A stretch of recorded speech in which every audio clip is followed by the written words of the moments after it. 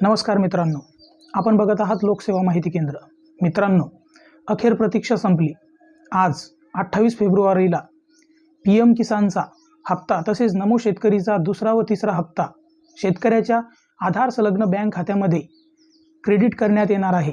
मित्रांनो, PM किसानचा 16वा हप्ता तसेच नमो शेतकरी महासन्मान निधी योजनेचा दुसरा व तिसरा हप्ता हा शेतकऱ्याच्या खात्यामध्ये DBT मार्फत महाराष्ट्रातील यवतमाळ येथून पंतप्रधान मोदीच्या हस्ते हस्तांतरित करण्यात येणार आहे।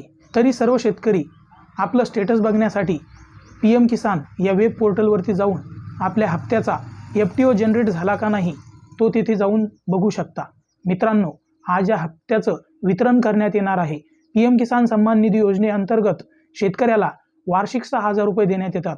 त्याच धर्तीवरती महाराष्ट्रामध्ये नमो शेतकरी महासन्मान निधी अंतर्गत वार्षिक 6000 रुपये देण्यात येत आहे।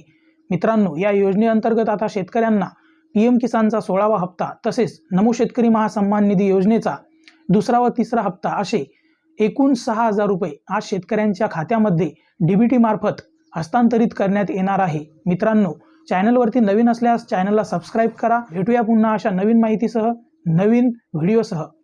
धन्यवाद।